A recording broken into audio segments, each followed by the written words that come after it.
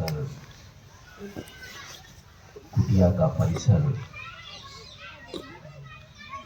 मेरे आराध्य, मेरे पूज्य गुरुजनों की ये तपस्थली, कर्मस्थली,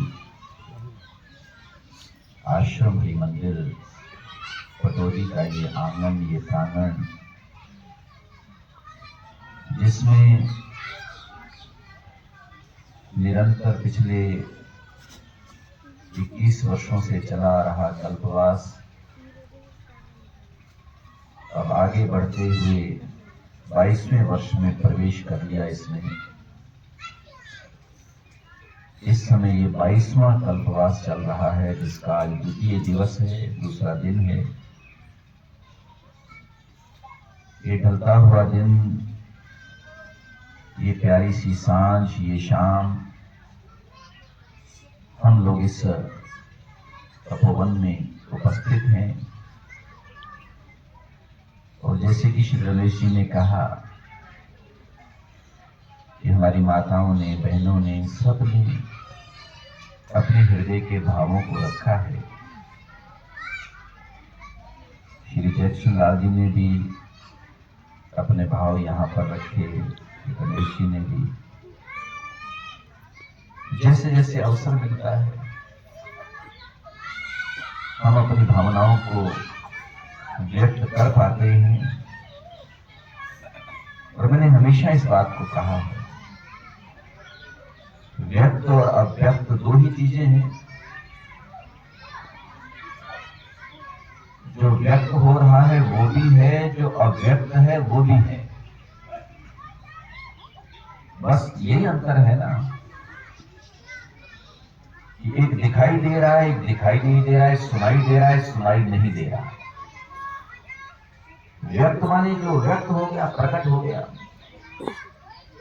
अव्यक्त माने जो अभी प्रकट नहीं हुआ। और जो प्रकट नहीं हुआ है तो वो भी। हमारे आप सब लोग बैठे हैं और खेत खलियान वाले लोग भी, बल्कि मैं देख रहा हूँ हमारे जैसे अब रोशन लाल जी, सुरेश जी, ये मौजाबाद में मेरे आराध्य, मेरे पूज्य, मेरे गुरुजन, हमारे परम गुरुदेव भी खूब जाते थे। और मैं तो कई बार ये मौजाबाद वालों को कहता हूँ, भाई जो मौज में सदा रहते हैं वही तो मौजाबाद में रहते हैं। लेकिन अब ये रेवाड़ी में वो धनपति, देखो धन की देवी, इनकी माता उमरावती का परिवार, आज बल्कि इनके यहाँ पड़पोता हुआ, पोते का बच्चा, तो बधाई भी देने आए। और फिर इनके 5-5 शोरूम हैं, शिव टाइल्स के नाम से, पटौदी में भी है, रेवाड़ी में तो छाए हुए हैं। मैं बता रहा था कि खेत खलियान में लोग रहते हैं तो तेल जो प्रकट हो जाए वो दिखाई दे रहा है, लेकिन तिल में, अब तिलों का समय भी चल रहा है, या सरसों के दानों में क्या तेल होता नहीं है? होता है, लेकिन प्रकट नहीं है, दिखाई नहीं दे रहा। चलो और गूढ़ बात बताओ।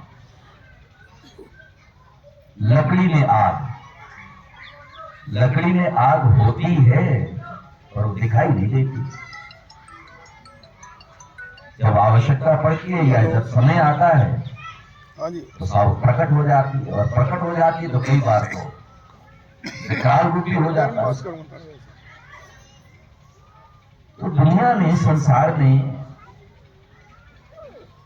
सब चीजें हैं, कुछ दिखाई दे रही है, कुछ दिखाई नहीं दे रही।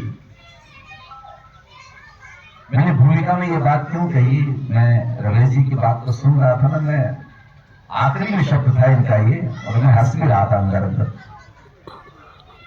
ये कह रहे थे कि तेरे से हमारा गिला है तो नजर नहीं आता। भगवान से कहा, और सही बात है, भगवान का भक्त तो भगवान से गिला करेगा, शिकवा करेगा उसी से करेगा, गिला करेगा उसी से करेगा, मांगेगा उसी से मांगेगा, सम्मान करेगा, पूजा करेगा तो भी उसी की करेगा। ईश्वर के भक्त ना बड़े निराले होते हैं, तो प्यार भी उसी से करते हैं, लड़ते भी उसी से हैं, पूजा भी उसी की करते हैं, गिले शिकवे भी उसी से करते हैं। और एक चीज रमेश जी मैं बताऊं, हमें तुझसे गिला है तो नजर नहीं आता, और हम आज जितने आप बैठे हो ना, ये बात पक्की है और आप मानोगे।